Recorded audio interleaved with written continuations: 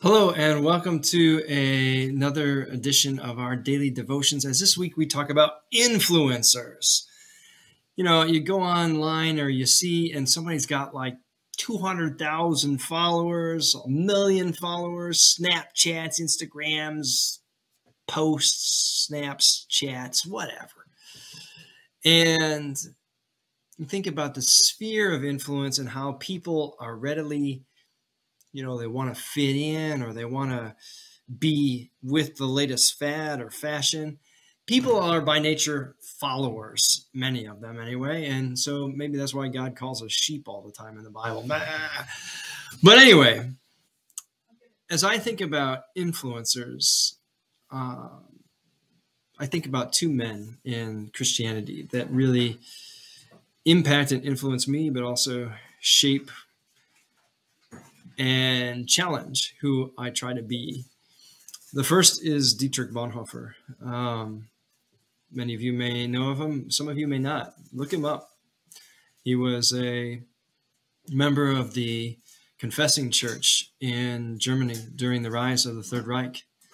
And despite all the things that the German people had gone through, he said that the nationalistic way that certain German churches were lining up to kiss Hitler's ring and other members of the Third Reich, the way they were ostracizing people on the margins and showing themselves to be superior in their faith, looking down upon and ignoring things that the powerful were doing that weren't aligned with Christ, but were very much in the fervor of the state,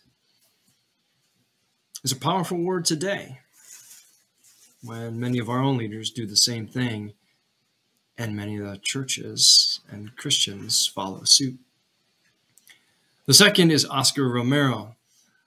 If you don't know him, I'll say it again, look him up. He's an older guy in the Catholic Church, in the hierarchy of the church, and they were looking for somebody who was going to be a bishop in El Salvador during the Salvadorian Civil War, and they decided that they would send Romero because he was a party line guy. He was part of the good old boys club. He was older, set in his ways. He wouldn't make any waves, even though the church was supporting some in power who were doing some brutal things to the populace, to the poor farmers and workers in the countryside. And when Romero got there, one of his close friends, a priest, was killed and murdered. And Romero went from being this very kind of vanilla toast preacher to speaking a prophetic word and challenge, even to the church that had made him and brought him there, saying when the church is not aligned with the poor and marginalized and the oppressed, the church is actually the crucifier of Christ.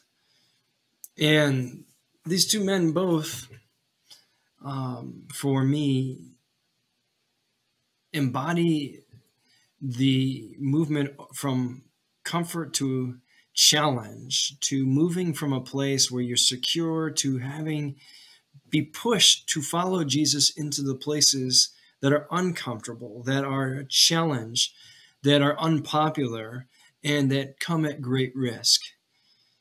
And more times than not, I feel like I blow it. I don't succeed in the kind of witness that they have, but I'm trying. And I think, wow, in terms of, the world influencers, it's all about popularity and how many clicks you get. And in terms of Christ influence, well, the more Christ-like you become,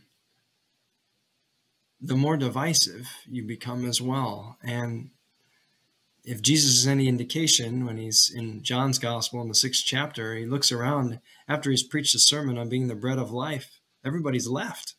And he looks at his disciples and says, hey guys, are you going home too? And Peter says, where will we go? You have the words of life. But not everybody thought so. So influencers in Christianity aren't a popularity contest or a likability.